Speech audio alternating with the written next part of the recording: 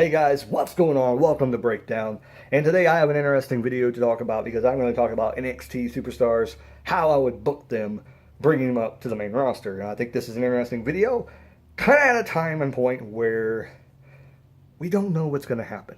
We don't know what's going to go on with the people that are currently in NXT, and most likely they're going to be down there for a while. You know, the only person that possibly could come up a little soon is Aleister Black. But any other person, they're probably going to be sitting there for a while. And the one thing is they got so much talent on the main roster, they don't need anybody right now. So NXT could be pretty much on a standstill for the time being. They could develop a lot of storylines and get people really build up in the next 2 to 3 years and then bring people up. So with that being said, what's my idea for people on the main roster, maybe what they will become in a few years? How would I bring up? And let's start with Heavy Machinery. They're kind of the team that people are crapping on right now. Here's my thing. I do agree the gimmick is a little bit weird, but I think they kind of got to go at this kind of like how High Voltage was. High Voltage basically had the thing that they were high energy and things like that. I think if they just stick with the stakes and weights, where they like to work out, they like to eat meat, they like to be men. And basically that's what they need to do. They just need to promote them as men who like to, even if they wanted to go down the route like I like to beat people up. That's what my thing is. I'm a man. I like to drink. I like to, eat meat. I like to lift weights. They go do that, they'll have a great thing. They need to shed the theme song. They need to rechange the theme song. I think if they change the theme song, that would pretty much cover everything up. And then just basically stick to the stakes and weights. Then they could be a pretty good team coming up to the main roster. Are they going to be tag team champions? I don't see that in their future. But I will replay this in your mind that Scotty 2 Hotty and Grandmaster Sexy, Scotty 2 Hotty did do the worm. They were, I believe, 2-time, 3-time tag team champions.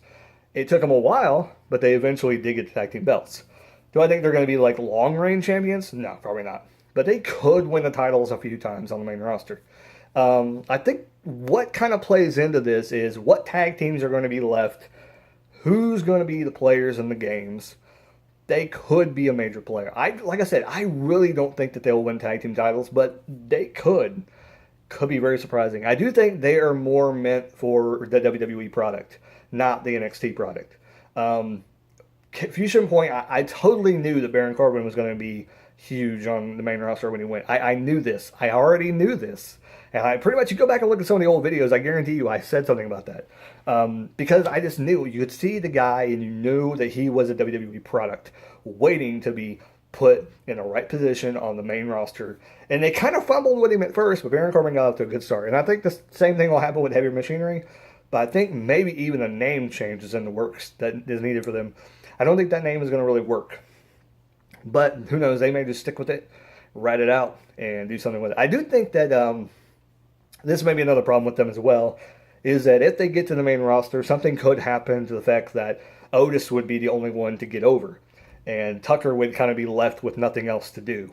I do kind of feel that that is something might be in jeopardy when that happens, is the fact that Tucker Knight may disappear quicker than Otis, and Otis would be at least put with another guy, or Tucker Knight just wouldn't get over and would end up having to, I don't know, be a jobber probably most likely.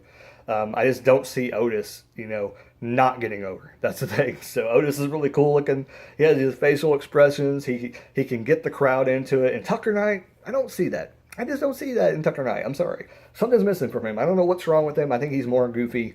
He needs to be put in more of a role of a tough guy, I think. I mean, if you wanted to go down the road kind of a Braun Strowman kind of character, but kind of a little bit looser than that, I think that would be what Tucker Knight would be. Kind of like a guy like Lars Sullivan, but be with Otis. That would be kind of interesting to see him transfer into that role. Now let's talk about TM61. TM61 is a tag team. They could be getting called up soon. They've been in NXT for way too long.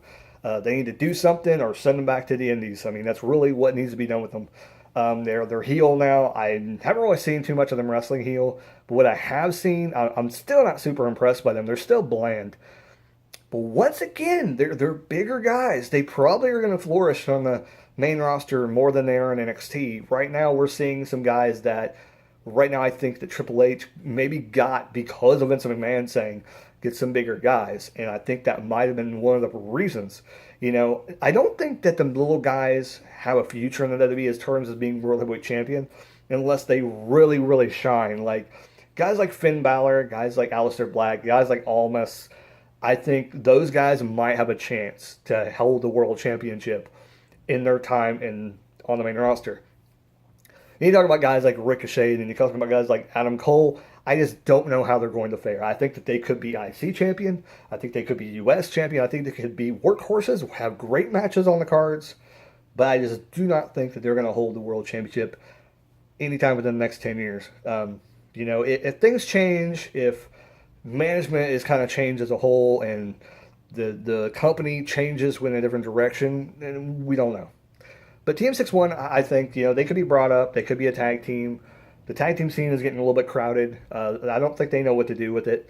Like I said, one of the options I brought up, if you watched my last video, how they're going to contend with so much roster coming up from NXT. How are they going to deal with this huge roster? There has to be another brand. There has to be another way for this talent to wrestle. And I think, even bringing Saturday night or bringing, Superstars, making that like a 1 hour show and having some of the lesser, the lower card talent be on there, or the talent that doesn't get to wrestle on Raw, have them come on there, and also maybe another show, put another show on the network that's like an hour long, and, maybe one for SmackDown, one for Raw, and have, the talent from both shows kind of have a place to go to wrestle and have storylines and such like that, and kind of interweave that in the Monday Night Raw and talk about, that they're going to have a match on, Superstars. A perfect example would be Titus Worldwide having a feud with, Breezango. They're going to have a feud. The winner gets a shot at the tag belts on Raw next week. You have to watch Superstars to see it. Perfect example. Same thing with SmackDown. You can even have, world title matches, happening with the lower card, mid card people. Rusev, maybe face, who would be a good, Rusev versus Ty Dillinger, and the winner gets a shot at the World Championship next week on SmackDown. Have that on Superstar. Things like that. And, with that being said, TM61's kind of going to fit into this tag team thing that's going on, which, we've got a lot of tag teams. A lot of those people should be single stars, but then there's nowhere to put them in the singles thing. There's just way too many top stars. So kind of what happens is some of these lower stars that have nowhere to go will be thrown into a tag team, and then we get stuck with these tag team matches.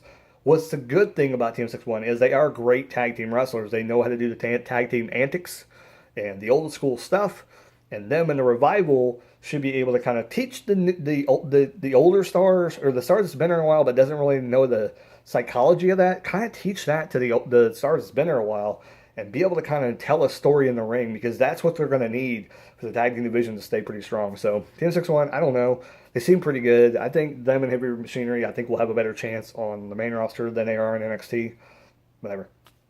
Let's talk about some of the single stars. Let's talk about Dakota Kai. I think she has a bright future in WWE. Will I think she'd be a huge star? No.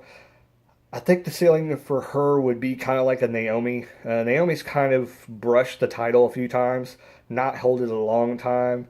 And if you hold the title and you don't defend it, that does not count as being a true champion.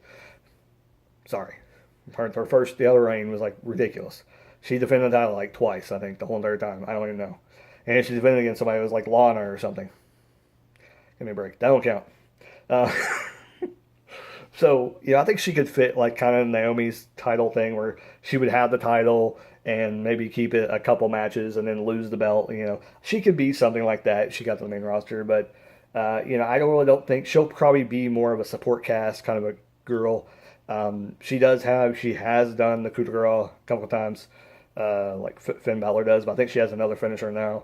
I can't remember exactly what it was. I can't keep track of all these wrestlers and their finishers and everything, but she has something really cool now, So, I don't know her.